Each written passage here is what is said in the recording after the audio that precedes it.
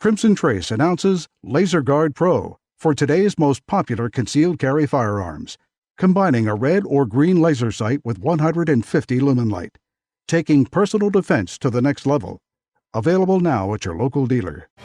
He rode out of Louisiana territory, and with his gun slung low and his microphone held high, he brought truth to a savage land. And the legend grew. Tom Gresham's Gun Talk. Welcome back to Tom Gresham's Gun Talk. You're listening to a reloaded Gun Talk. We'll be having some fun this hour on Gun Talk. I'm Tom Gresham. If you'd like to join us, it's easy. Give me a call at Tom Talk Gun. Told you it's easy. Tom Talk Gun. Easy. We'll talk about, well, pretty much anything you want to talk about if it involves firearms, as long as we talk about using them safely and responsibly. Fair enough? No question is too dumb. And frankly, if you have just landed on this and you're going, what? What are these people? And you really, you kind of self-identify as a person who doesn't like guns. Okay, cool. Call me. Let's talk about it. Tell me why. I would be curious. 866-TALK-GUN. We'll get you in here.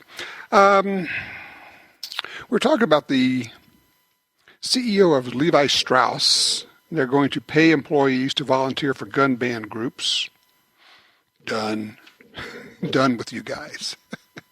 This comes after, I think it was a year or so ago, they asked their customers to not bring their legally carried guns into Levi stores. Cool. Not a problem. I don't need to go into your stores anyway. And while there seems to be a growth of the anti-gun movement and a willingness on the part of people to do the virtue signaling where they stand up and say, look at me, look what I'm doing. I'm doing something about crime. Well, no, you're not, actually. But there's a willingness there. What you don't hear, what the media doesn't cover, are the stories about people who are actually doing things about gun safety, teaching gun safety, encouraging people to get involved in legal, safe shooting sports. Joining me right now is Charles Evans. He's a wildlife biologist and the R3 Coordinator for Georgia Wildlife Federation. Charles, thanks for spending some time with us. Thanks for having me on, Tom. All right. Well, first of all, explain what the R3 Coordinator is and what this program is we're talking about here. Yeah, so I wish they would have come up with a better acronym, and I was not involved in that. But R3 is Recruitment, Retention, and Reactivation. Okay. And essentially what that means is it's the process by which somebody ultimately self-identifies as a hunter or shooter or any outdoor activity. But this whole R3 movement got started because we've seen a downward participation trend in hunting since about the 1980s. Mm-hmm. And obviously that spells big trouble for wildlife conservation and conservation funding and a lot of the research that we're able to do. Not to mention, just sort of a primal, very human activity disappearing on us. I think we probably at least ought to touch on that because you and I understand this, but a lot of people are saying, well, wait, did he just say that when hunting goes down, that's not good for wildlife? How does that work? Yeah. Explain that. So let's definitely dive into that.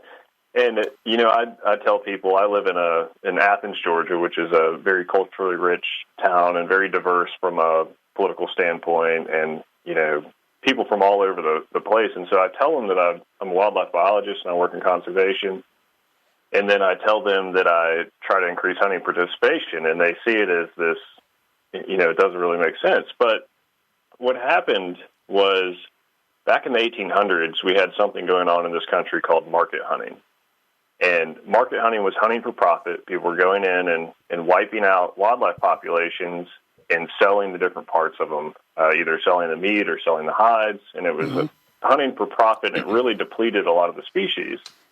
So early on, we started to get some people that banded together and really cared about this, and it just turns out that the only people that cared about wildlife populations going down were recreational hunters. So those were kind of considered the founding fathers of conservation, and I'm talking about people like Aldo Leopold, Theodore Roosevelt, and they came together and realized that we needed something special in North America, and specifically the United States, and we needed to protect and conserve our wildlife populations. And to do that, we needed funding. And in 1937, the Pittman-Robertson Act was passed, and that put an excise tax on guns and ammunition. It was later amended to include archery equipment. So now, today, when we go out and I go buy a gun or I go buy ammunition or a new bow or something, 11% comes off the top of that. It goes to the federal government, the U.S. Fish and Wildlife Service, and then it's reallocated to the states based on how many hunters we have, how many licensed hunters we have, and the land area of our state. So those funds are then brought into Georgia, which is where I'm from, based on the number of licensed hunters in the land area. And 11%, I just want to say this, 11% is a huge tax, and I want to make sure people understand. It was hunters who said, we would like to be taxed. We would like for our guns and ammunition to be taxed so that we can use this money for this thing that we created, and hunters created the term conservation, to preserve wildlife. I know, and that's counterintuitive to some folks who don't understand that it's actually hunters who created the very term conservation. But it's hunters who continue to fund it to the tune of more than $3 million a day. Yeah, and that's what's so special about it is it was essentially a voluntary tax. I mean, we voted this tax onto ourselves because that's how much hunters cared about wildlife and conservation. And so now the number of hunters directly relates to the quantity and quality of sporting opportunities that you have in the United States and in your specific state. And then, of course, it has other impacts as well. But it benefits game and non-game species. So it benefits everyone. Well, that's a good point. And, for those who don't understand, when we say it benefits non-game species, because some people say, well, that's just vested interest. You just want more animals to hunt. You go, well, in some part, yes, and it's true that as a vested interest, but if we provide 100,000 acres of habitat, it's not just deer and quail that are there, but it's, cranes and, songbirds and animals that are not hunted. It's habitat for all wildlife there. Exactly. And a great example of that would be South Georgia, where we do a lot of quail management, but that's exactly the same thing as managing for gopher tortoises. So it's trying to get the landscape back to where it was originally, restoring the ecological integrity, and that benefits all species. All right, let's. I'll tell you what, let's do. I took too much time on this. We're going to take a quick break and come back. And now I want to fast forward to this recruitment, retention, reactivation, and what's going on in this incredible program to build more hunters and get youngsters involved in the outdoor sports. We're talking with Charles Evans. He is a wildlife biologist from Georgia, and we'll fill in the blanks on this when we come back. 866-TALK-GUN.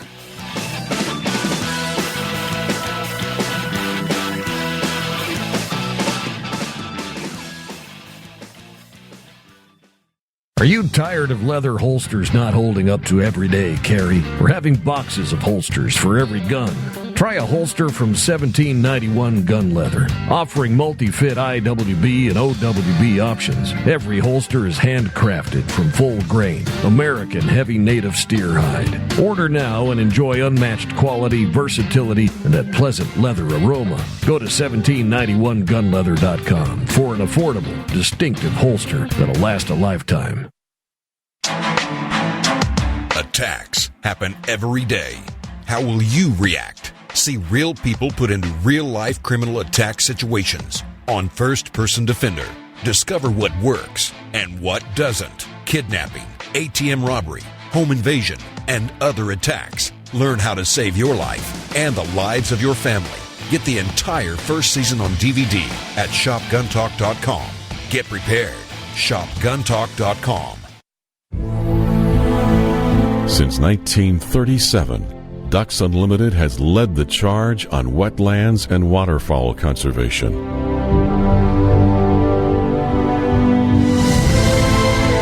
Wetlands reduce the effects of flooding and recharge our drinking water, but perhaps most importantly, they allow us to experience what makes the outdoors so great. Band together to rescue our wetlands. Hey, this is Marty Dangle of Dangle Defense. For years, we've been bringing the highest quality ARs to our consumers at a great value. Now we're doing that same thing again with our Delta 5 bolt-action rifle. It combines the accuracy and durability we're known for with the modularity of our AR platform. And it comes with the features the best shooters will want right out of the box. Visit DanielDefense.com to learn more. Isn't it time you got a Daniel?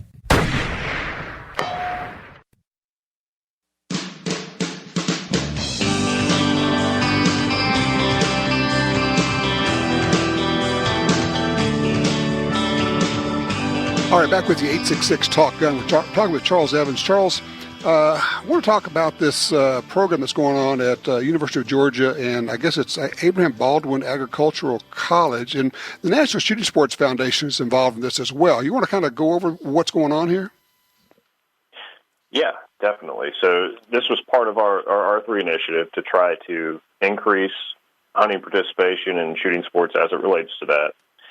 And we were trying to figure out what audiences to target. You know, if we've only got around 5% of the United States that hunts, there's obviously a large pool of people out there that might have interest but have never had an avenue to pursue it.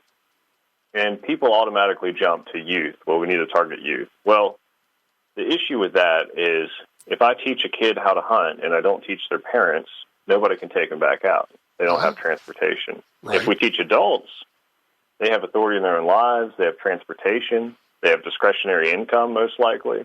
Mm-hmm. And then they'll probably have kids one day of their own and bring them in through that natural process, which is how a lot of us learn how to hunt or shoot. Okay. So we were looking at these different audiences, and the first one we came up with was the food-focused audience, and we created this program called Field to Fork. And you might have seen it. It was on the front page of the Wall Street Journal not too long ago. And so it became very popular with this food-focused audience.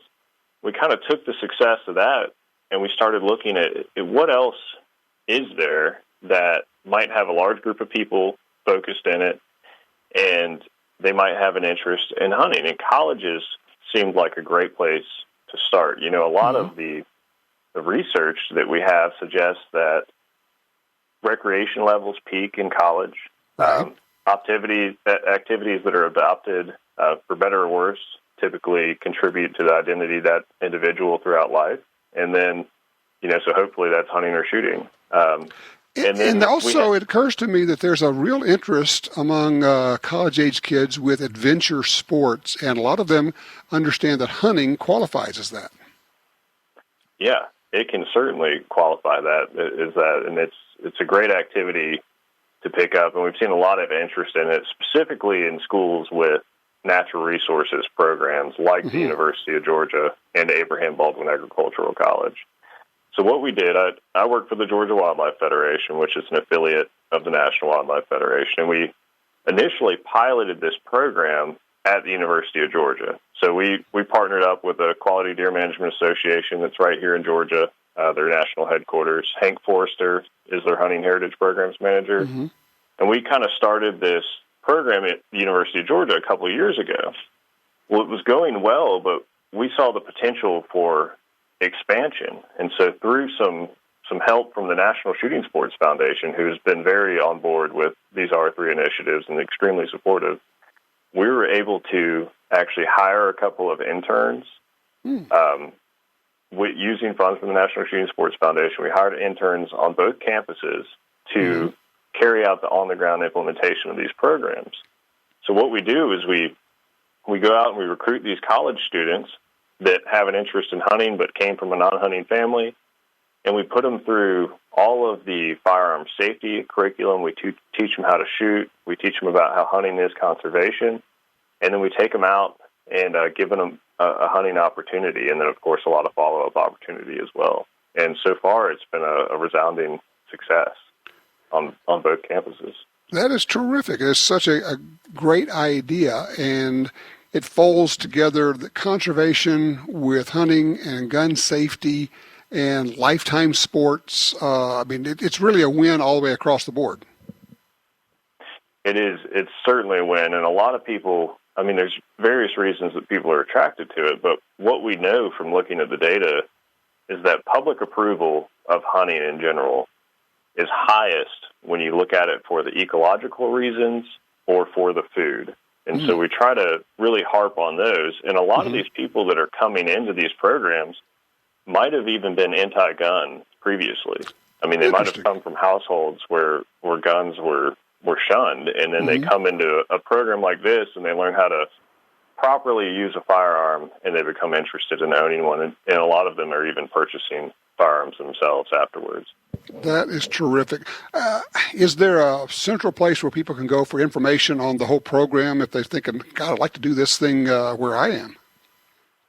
Certainly. We have gwf.org/R3. That's the Georgia Wildlife Federation website, and we have a page up there that talks a little bit about it.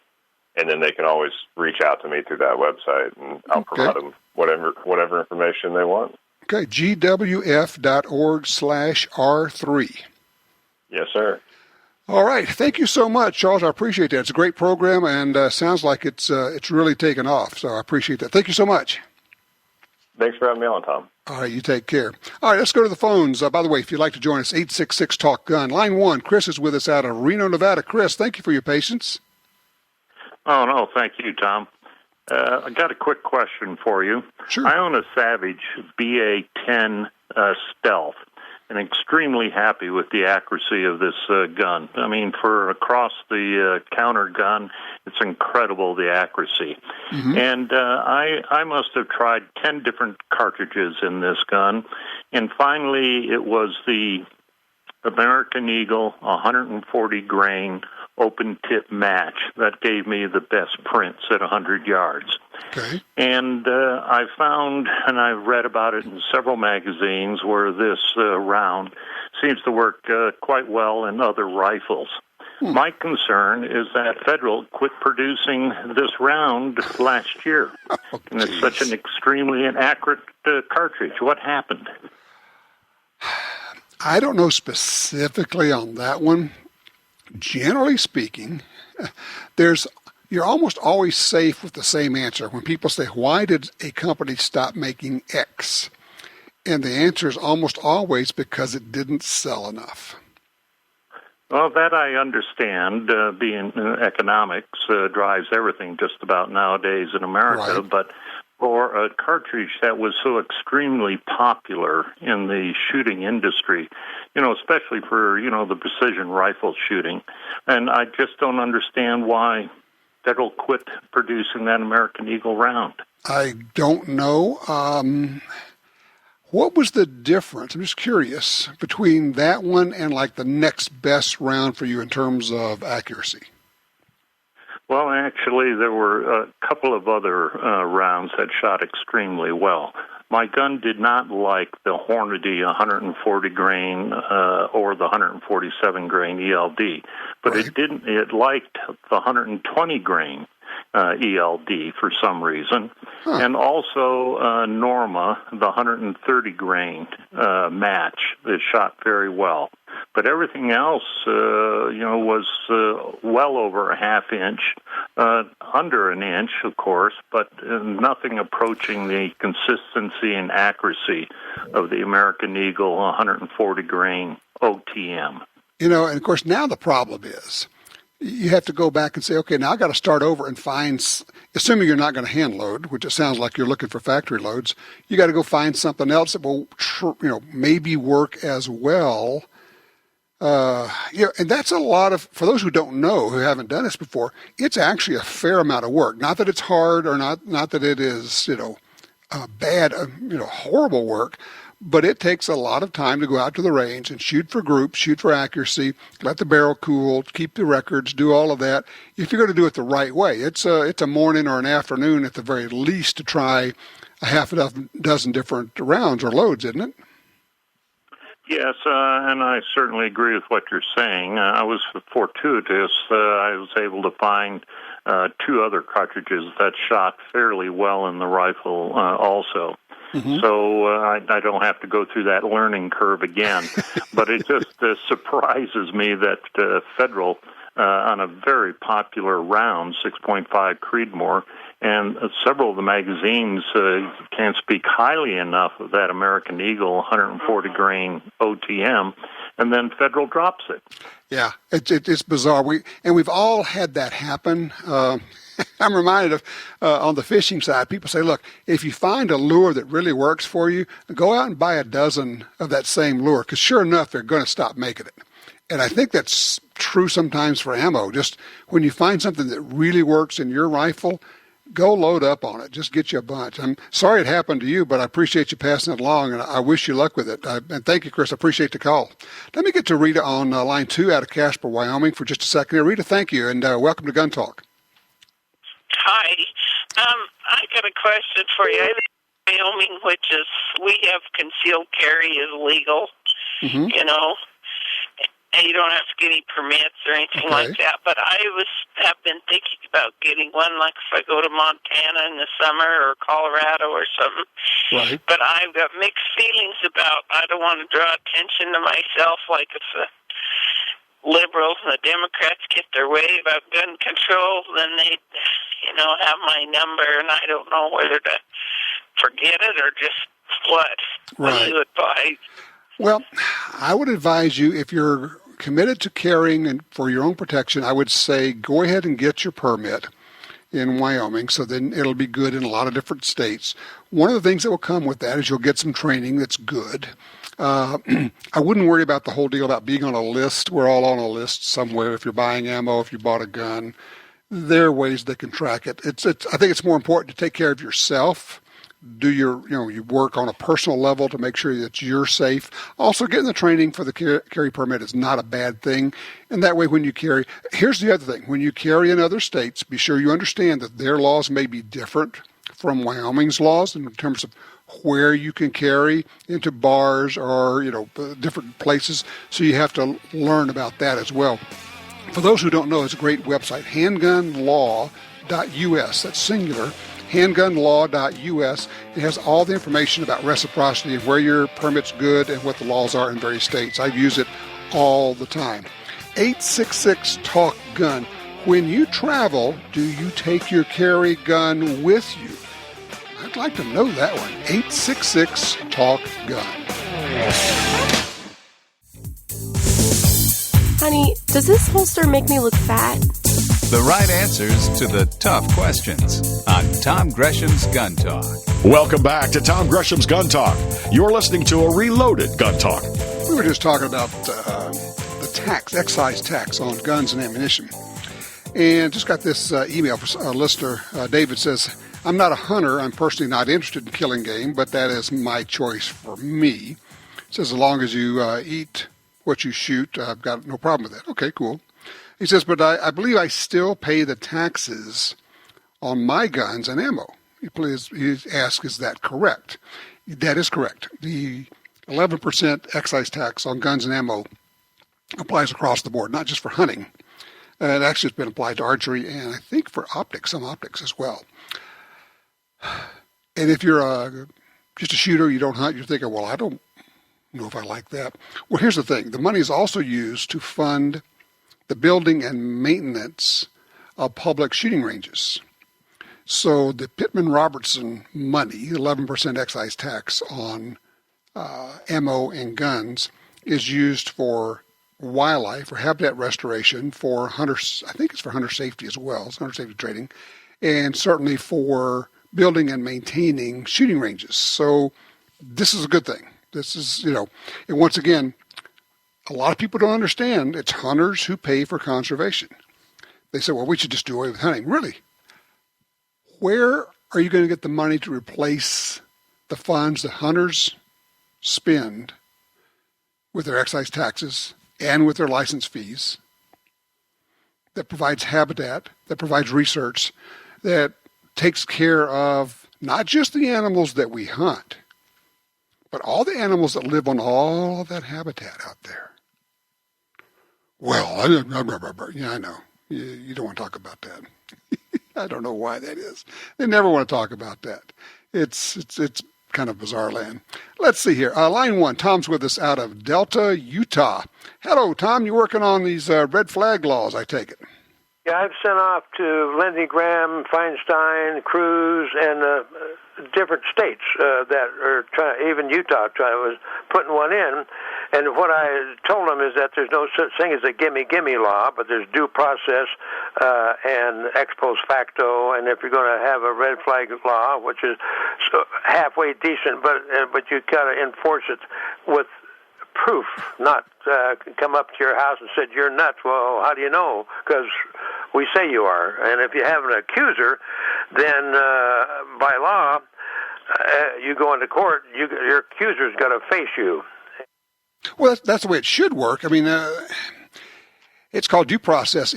What we're talking about, in case you're not aware, that in a number of states are passing these red flag laws, and actually it's been introduced in the U.S. Congress.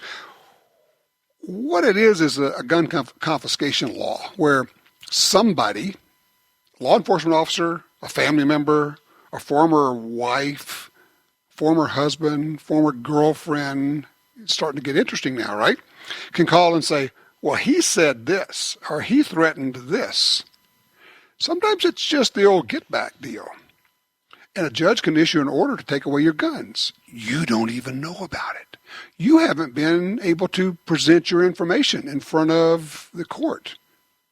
There's no due process. And people say, well, people who are crazy shouldn't be allowed to have guns. Okay, let's go with that for a second. It is currently the law in the United States of America, if you have been adjudicated as mentally incompetent, if a judge has ruled you to be mentally incompetent, you may not own guns.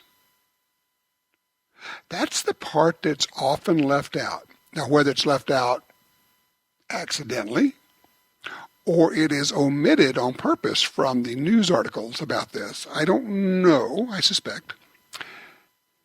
But it is currently law that if you have been adjudicated as mentally incompetent, you may not own a gun in the United States of America.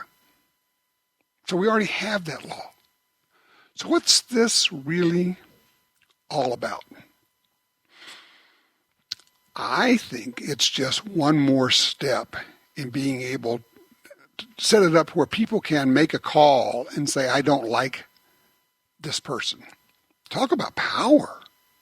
If you think there's power in being offended, and there is, I mean, really, being offended is a choice, and it's also irrelevant. But there's power in being offended, is why you hear this all the time. I'm offended. We must do something because people were offended. Really? Well, what if you have the power to make a phone call and have the police go and take guns away from people at gunpoint? Oh yeah, don't forget that part. They send people with guns to take away your guns.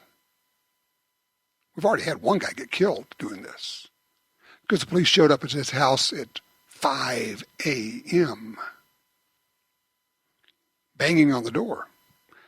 He naturally, I would call it a natural reaction, somebody's banging on my door at 5 o'clock in the morning, I'm going with a gun in my hand. He got killed by the police. Interesting.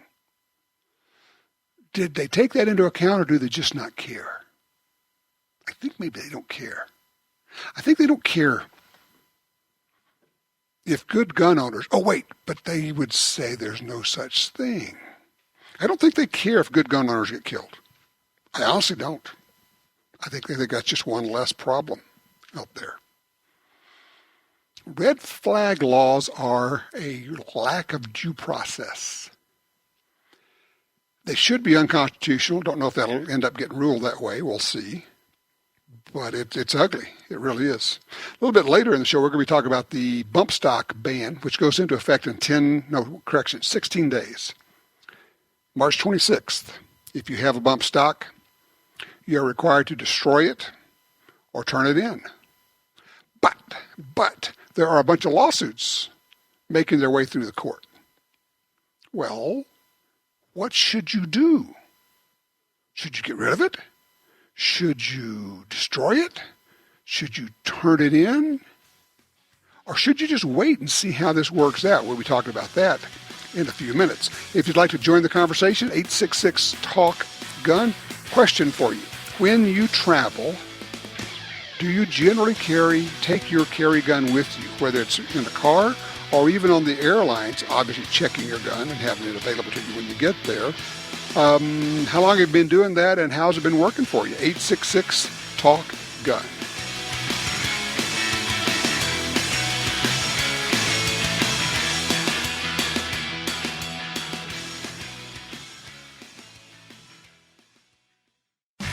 Why do hunters and shooters love the Ruger American rifle?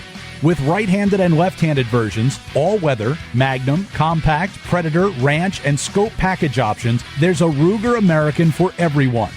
Lightweight with an adjustable trigger and minute of angle accuracy, Ruger American rifles pack in the features. Is the Ruger American the best rifle on the market? See for yourself at your local retailer or at Ruger.com. That's Ruger.com. Are you looking for a place to shoot? The National Shooting Sports Foundation has a great website called wheretoshoot.org. It's the largest database of shooting ranges on the internet. It's also a great resource for shooters where you can find video tips, printable targets, and a lot more. Find it online at wheretoshoot.org. And while you're there, download their free iPhone app. That's wheretoshoot.org. Want great deals on guns, ammunition, and gear? Download the free Gundealio app today. With Gundealio, you can search for deals, listen to the Gun Talk podcast, watch gun videos, read gun news, and get notifications right to your phone about deals and special offers. Save money on the products you want from the companies you love. New deals, discounts, and rebates added daily. Gundealio, available for free in the App Store and Google Play. When you want the highest quality ammunition, look to HSM. Since 1968, hunters and shooters have counted on HSM ammunition. From the Pro Pistol Hunter Big Bore Handgun Hunting line featuring premium jacketed Sierra bullets, the Varmint line with more than 60 load choices, including those hard-to-find cartridges, or the new Tipping Point rifle cartridges loaded with Sierra Game Changer bullets, HSM has exactly what you need. Find a store or online retailer at hsmammunition.com.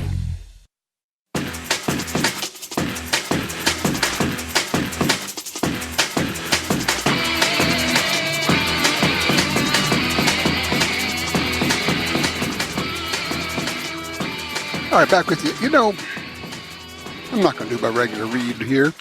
I just got this email. It just popped up. I'm not kidding, just while we're doing the show. He says, thanks for reading my Blink camera range report on the air. He says, just to close the loop on the video, it led to this arrest. This is Richard sent me this range report. He said this morning at 2:50 a.m., one of my Blink cameras alerted me to motion in my driveway. Didn't capture the face of the guys prowling around the car, but still gave me something to provide the police. And now he sends me a copy of this letter he got from the district attorney, and it says the office has filed a criminal case charging the above-named juvenile with the following: trespass, auto with intent to commit crime, violation of bail bond conditions, felony, obstructing a police officer, trespass 2, motor vehicle, theft, goes on, because he had a Blink camera. I mean, and you know the drill. I mean, we've talked about, I love my Blink cameras. I really do. I use them all the time.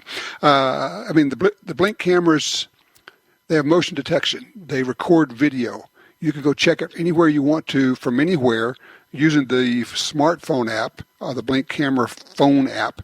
It's pretty darn cool, basically. You know, no contracts, no subscriptions. It's easy to install. Hey, if I can do it, anybody can do it.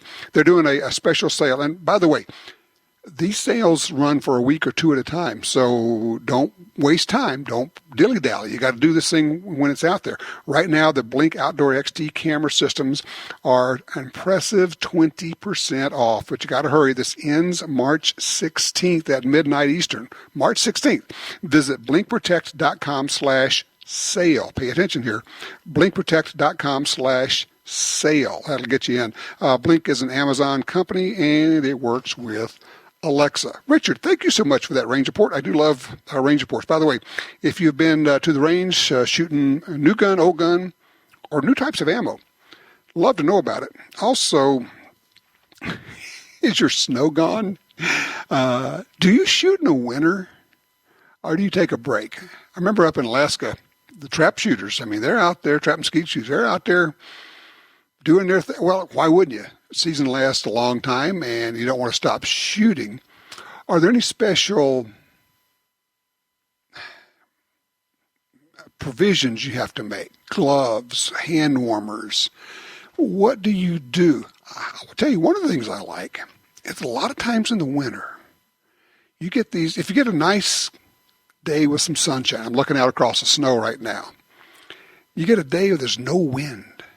Oh man, it's nice, it's quiet, and it's calm. And I have done so much shooting in the summer in the South where sometimes, quite literally, if you put a black gun out on the bench and the sun's shining on it, you cannot pick it up. It's so hot.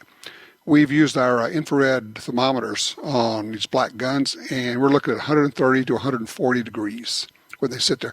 Actually, sometimes you have to cover them up with towels or something when they're laying out. That was certainly true in Louisiana, but it was really true in Arizona. I don't know why that much difference, but it seemed to be even hotter there. Something to be aware of. If you have developed your hand loads in cold temperatures, you're out there shooting in the winter, okay, and you're pushing, the limits. It's a safe load, but it's a max load. But you're shooting at 20 degrees or 10 degrees. In the summer, you go shoot at 90 degrees or 100 degrees, and especially if the gun is sitting out there for a while, it's getting hotter and hotter. Or especially if you're shooting, say, a semi-auto, you shoot it a bunch of times, and the chamber's getting hot, the barrel's getting hot, and the next round sits in there and it gets hot, hot, hot. You can have, as we call it, pressure excursions. In other words, your pressures are quite a bit higher because the chemical reaction of the powder burning is faster. I mean, if you remember this from your basic chemistry classes, right? So it actually can be unsafe. It can actually be unsafe. There are some powders, and it's worth checking if you're doing reloading. Some powders are less sensitive to temperature extremes, and they actually develop them with that in mind. Now, if you're always shooting at a particular temperature, it's not a big deal. But if you go from one temperature to another, and certainly if you develop your loads when it's cold and then you're shooting when it's hot, that could be a thing. But the other thing can work as well. You can go develop your loads in the middle of the summer and it's 90 or 100 degrees. And then you go hunt somewhere out west, say, or you're going to Saskatchewan. I mean, if you're hunting whitetails in Saskatchewan and the temperature is minus 15, not unusual at all going after those monster whitetails they have there. And the temperature is now minus 15. What's going to happen to the trajectory? What's going to happen to the velocity of your load? It's colder. Yeah. It's going to be slower. You're going to have more drop. Is it going to be a factor? I don't know. But it might be worth asking if your particular load, if you're using different kinds of powders. It's one of the reasons, honestly, when you get to where you're going, and a lot of people don't do this, and I don't know why.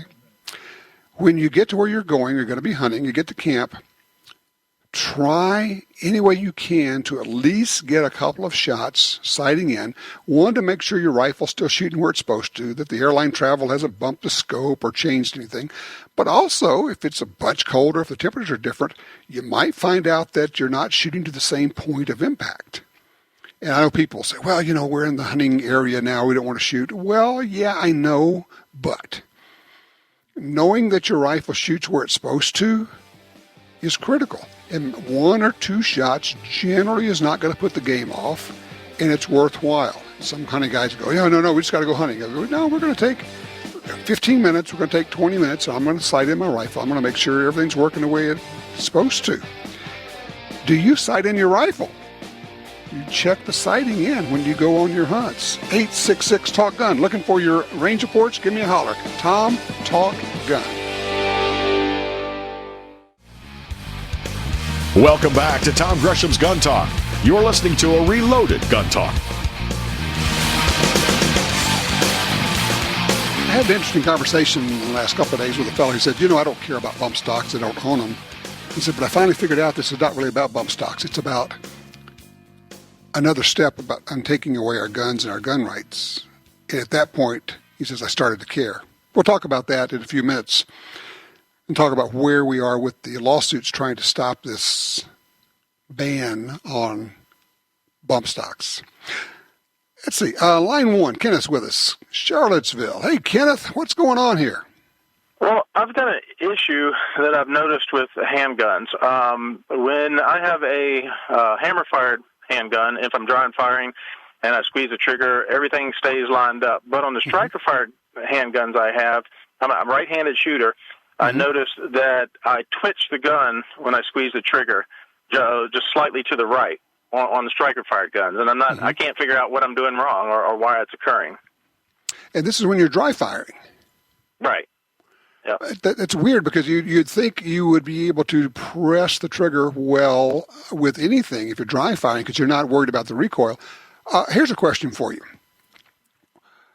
Where on your finger does the blade of the trigger, the actual trigger, touch? I mean, specifically, you don't want it in the joint. You want it out there on the pad of the finger.